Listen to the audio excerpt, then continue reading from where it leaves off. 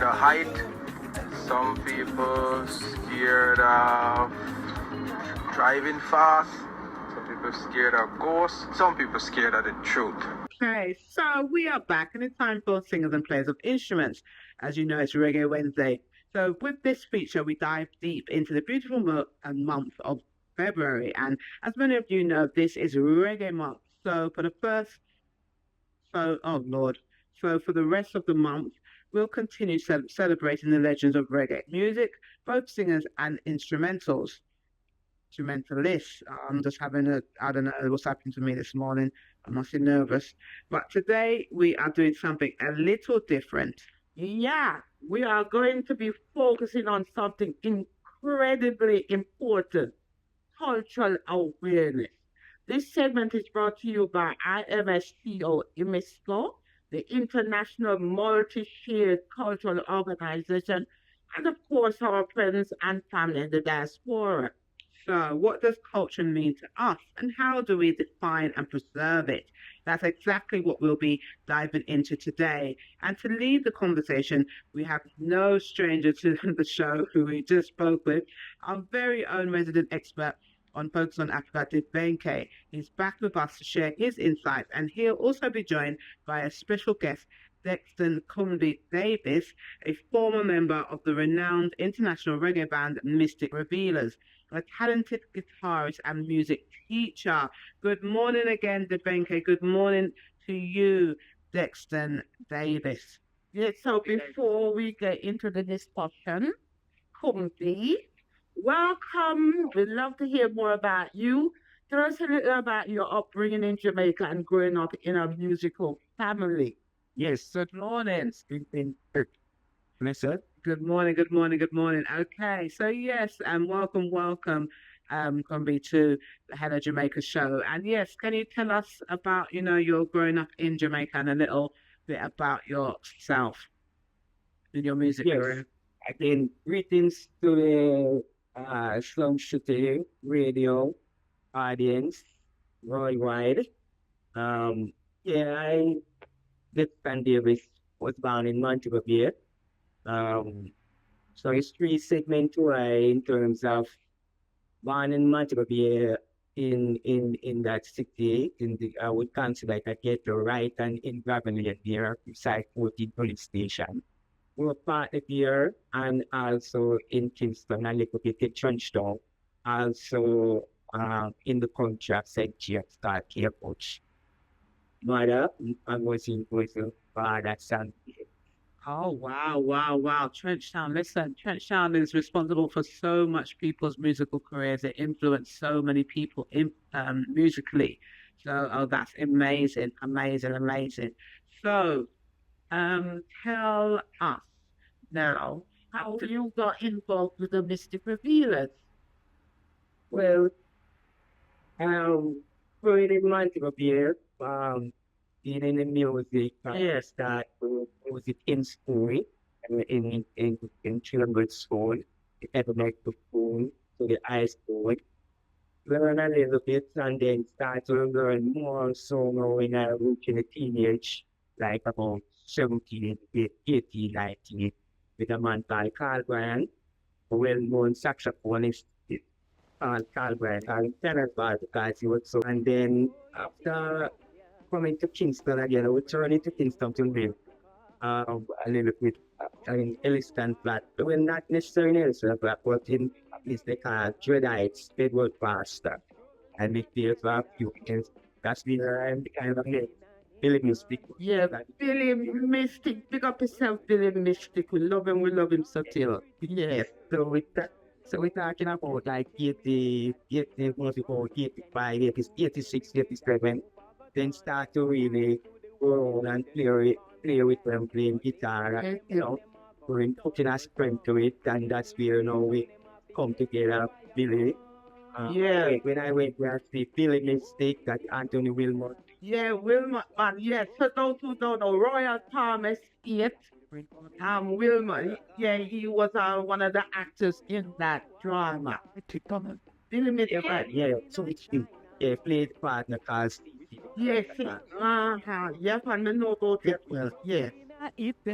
I saw the members were Leroy Edwards, Nicholas Timbal, Nicky Henry, that is, and Patrick Walker, Stan Patrick. So those three were the four members that really bring the group to a level where people start to really know about us and start to go around, give some flashes, some festives, Europe, all over Japan, the Caribbean, all over the world, except Africa. We didn't went to Africa. We got okay, wow, wonderful, wonderful experience.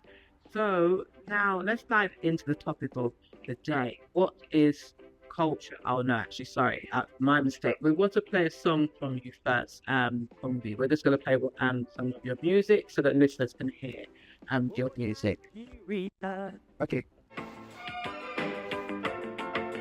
There's gotta be a better way to this hypocritical system. Gotta be a better way, because the people are always the victim. There's gotta. That was Kumbi. That's one of his songs. Great song. So DeBenki, we're gonna get into the topic of the day. So I'm gonna let you take over. Yes. Just want to introduce Kumbi Davis, Dexton Kumbi Davis, also as a reggae artist. So for this month and for this segment in the month of February, we want to bring attention towards cultural awareness. And we're glad to have Kumbi Davis with us to have this conversation, as well as tell us about his journey in the music and in the culture of Jamaica growing up. I think it's important to raise some level of cultural awareness. In the US, February month is considered Black History Month. In Jamaica, it's considered Reggae Month. Good opportunity to remember and consider where we're coming from and where we are in terms of struggle. Each generation have to pass on the baton to the next. So while we explore reggae music and musicians and singers of instruments, we want to see how the reggae music ties back to the broader culture of Jamaica and how it helps to preserve our story. But for clarification, so you listen just now to the voice of Billy Mystic from Mystic Revealers. Dexton Davis would have been a musician on the instrument, on the guitar. So we want to go down in some of the culture, some of the history, some of the developments, and what developed into reggae music. What was the expression? What was going on at the time? Reggae music being a timestamp. Can listen to a song from the 60s and it tell you what's going on in the 60s, 70s, 80s, come right up. So the music is a part of the message and and everything. It helps us to tell our story and pass it on generation to generation and keep the culture alive. So from that perspective, Father Kumbi, why you talk to us about the music, talk to us about the 60s and talk to us about the culture and you're growing up in Jamaica back then and come up to now. Today we take a different approach, tie the reggae music to the broader culture and history of Jamaica. When some people talk about culture and refer to like eating jerk chicken and drink red stripe beer and drink rum. But when we talk about the culture, we talk about the stories, we talk about where we come from, we talk about the vision for the future. So today we want to touch upon the Coral Garden incident. This would happen in Montego Bay in the 1960s and how that shaped the grassroots culture and the music of Jamaica. Welcome again, Father Dexton. Yes. Yes, thank you, Ryan. So, glad to the clarification. It was who really was saying that song. Got to be a better way with the title of that song, Mystic Repeaters. We're considered a group, therefore we were the artists of that song. But that song was written by Billy Mystic, and he was the leader for the country. And still that's why that was. Yes, in regards to the Pearl Garden incident, that was just a youth in a pity, I would say, and that happened now in 63. That gave me about over 3 years of it. So, what I remember after the incident, straight through the 60s, that I used to reach like 7, 8, 9 years old, even when I was going to elementary school in country that if I care with, I find like I see a whole discrimination against people who carry locks, my father at the time, when I born in that situation, my father at the time was a full-fledged Rastaman. You know, as a matter of fact, them time my father had to wear shoes. And the original man, they went to wear shoes, walk from Kingston to Montego Bay. Um, just try with him rather, them where they need to try. And therefore, at that time, Rasta was considered either mad outcast, just alienated from the whole society, which was, in a way, what Rasta will from that time, and it's society as a system that don't try to progress of black people, and therefore Rasta utterance at that time was more about Marcus Garvey, back to Africa, I Selassie, I down with the poor, down with the creed, and as a natural living creation, and then a certain way of life. Not so much like when I see more that even when the organization next started from, like the Bobo and the Benki and the 12 tribe and whatever other organization under the Rastafari, to find it to religion. At that time, when I know my appointment, that it's more that, later on in my teeth and forward, into kids, but I find him as a member of a project of this one, and then therefore I also get, I also a member of project of this like, but I kind of not necessarily so much with that in terms of the religious side of it. I like the application and the progress of the public position. Yes, oral garden was what it is in terms of, I think, more like a discrimination, like the Rastafari get being told not in that eyes. My woman at that time, I think we have to trip about to the kids, so yeah. So come up with that. So the Coral Garden incident would have been an incident that happened like in the 60s. And just to clarify, this had to do with in a Montego Bay when the hotel industry was being developed. I have Rastafari communities in the area close to like Half Moon Hotel and these hotel areas. And there was an incident to basically get off the Rastaman off of the land, and it triggered resistance and resist a gas station, and then it turned out in a island-wide campaign against the Rastafari cultural movement, with the Prime Minister at the time, Buster Manti, said, anyway, you see the Rastaman, you must shoot first and ask question after. And that's just one example of a campaign for this start any indigenous communal movement for the development of Jamaican grassroots culture. Another example is Pinnacle, with Leonard Owell set up a commune in St. Catherine. That again was disrupted, and everybody have a shift go to Baka Wall, and then afterwards Baka Wall itself get dismantled and restructure. So it shows a campaign which basically the leadership of Jamaica basically cut off its nose for spite its face in its efforts for control and curtail the Jamaican expression and culture. I think at this time a situation requires full redress and require context, and that is why myself and Kumbi Davis have a study group and a research and development group where we basically go through the history and the culture and find ways and means and see where we're coming from as a people in order to project forward. On our previous episode, Major Mackerel mentioned the need for a reggae museum or a Jamaican African Cultural Museum, we could call it that. So Kumbi, you always talk about your old man.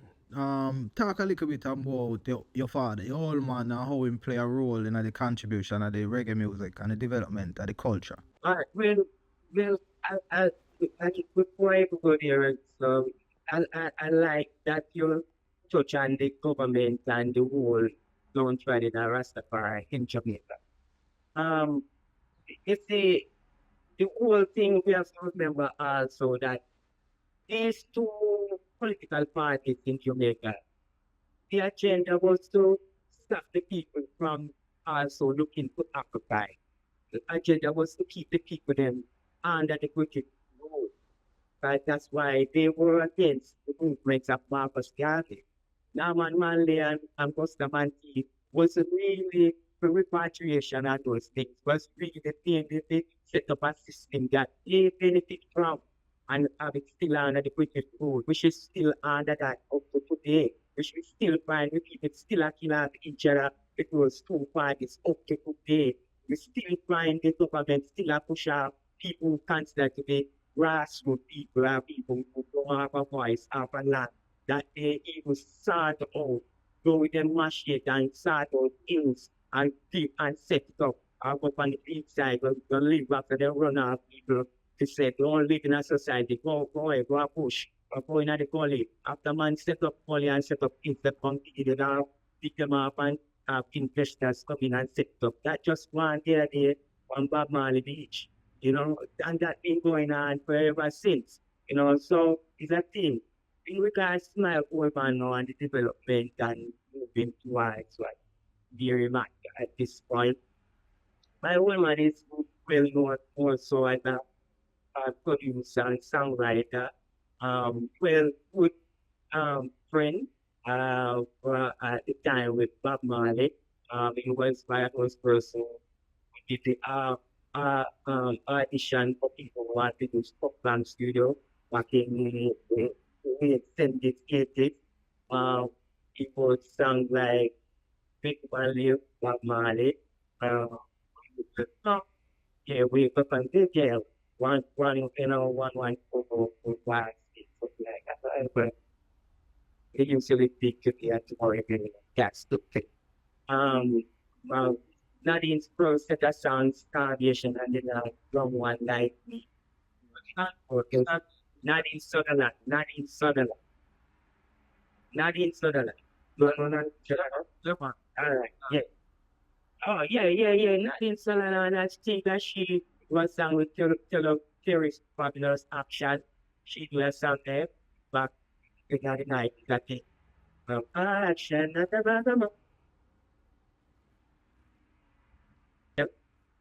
yeah.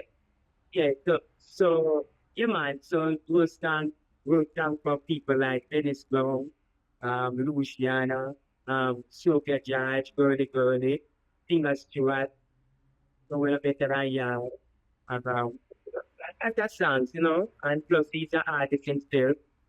And he just started yesterday from Ethiopia, just with Ethiopia. So, you know, yeah, man, so it's still doing extra. So I always mention it because of the direction that he point me into, even when I start to say, doing music, you know, it's one of them that advise me to also don't just rely on music and saying that looking kids and the kids to and be fine, but also try to develop a career in something else, which I choose teaching, and therefore coming to America, go through the college circuit to associate degree,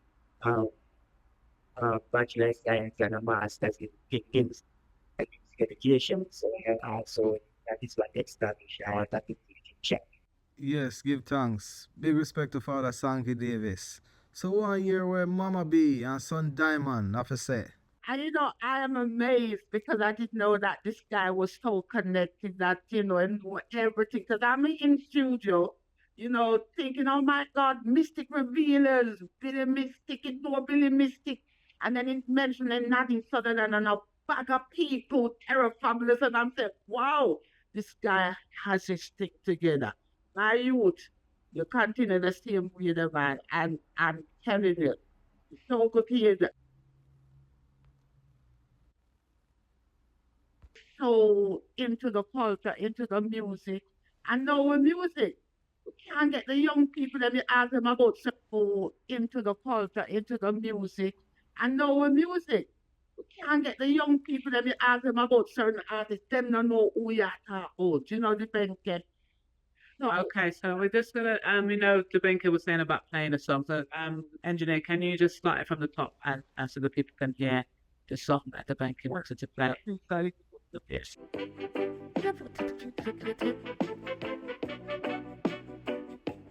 Oh, Ethiopia. Oh, Ethiopia. Your children coming home to Africa. We coming home to Africa. We struggle in America. Struggle. We struggle in Canada. Struggle. Work in England.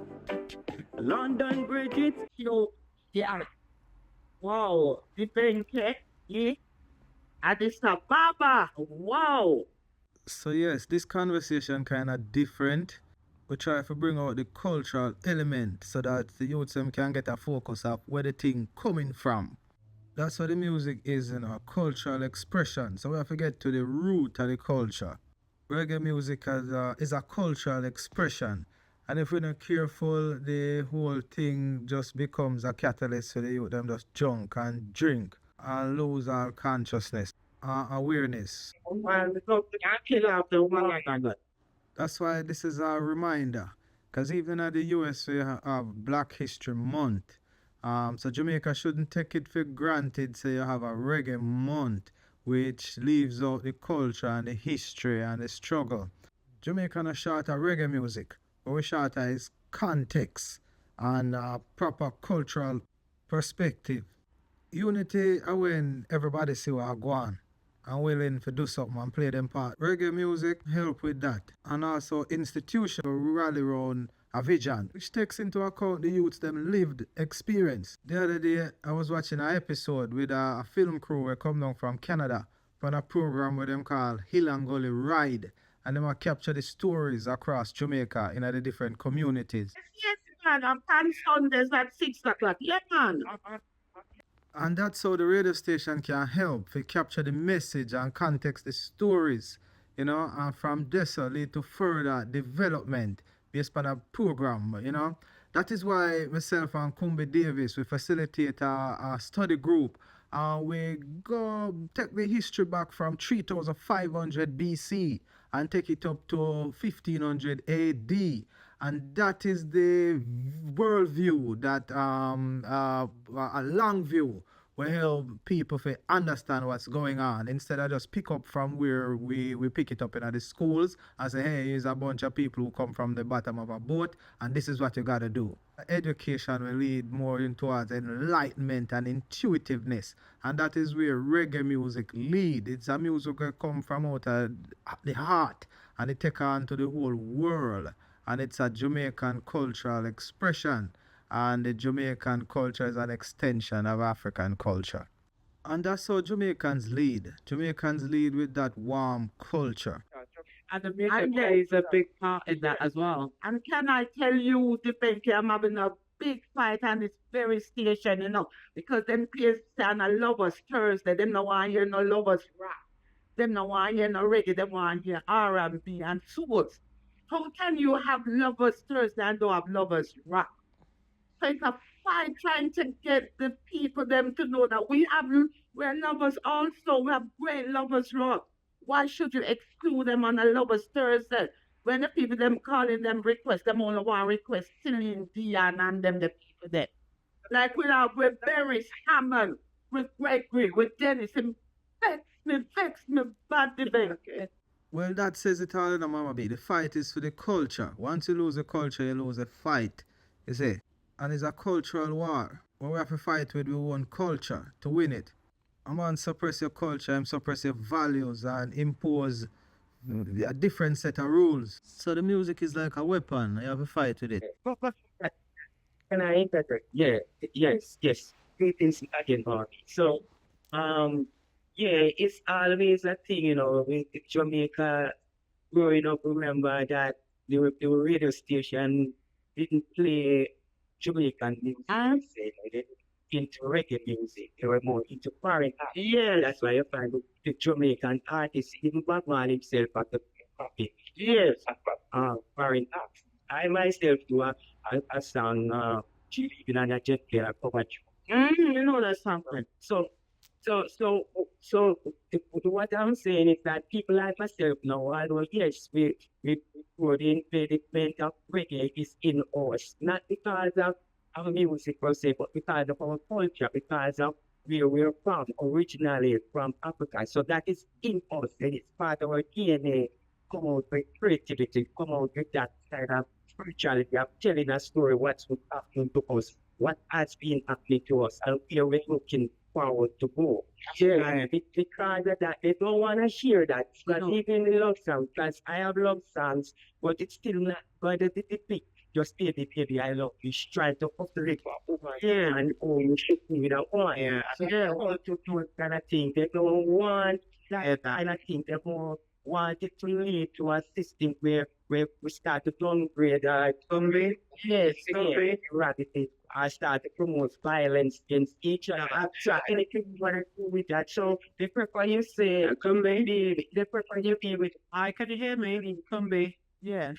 Kumbi, can you hear me? Yeah, sorry. Unfortunately, we have to close off this the interview now, but we can continue next week. But it's because we have an outside broadcast, a live broadcast that has to come through, so we have to end our show today now. But thank you so much for coming on the show, and DeBenki, very nice. Yes, but we're going to continue this. This is just the first of greatness that's going to continue through the month of February. So thank you, guys. Yes. So myself and Kumbi, we plan to continue the conversation and the discussion because, the thing is about context and everyone come to say the thing from one accord.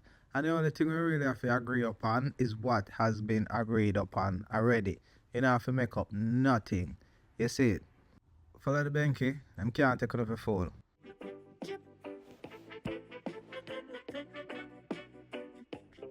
Oh, Ethiopia.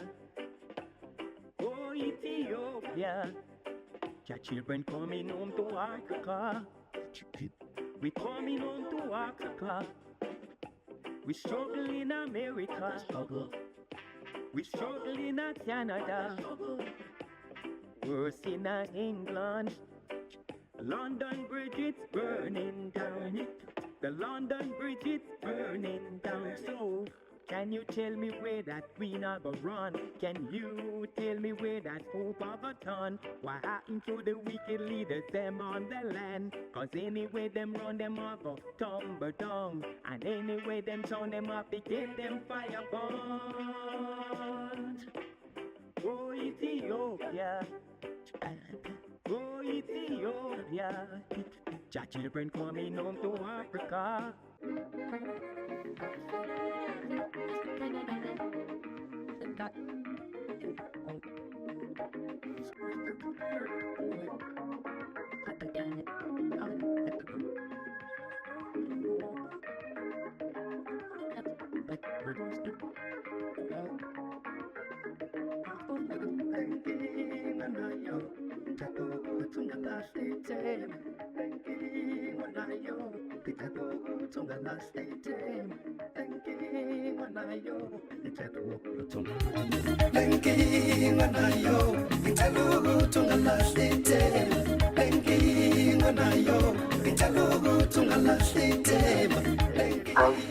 Scared of height. Some people scared of driving fast. Some people scared of ghosts. Some people scared of the truth.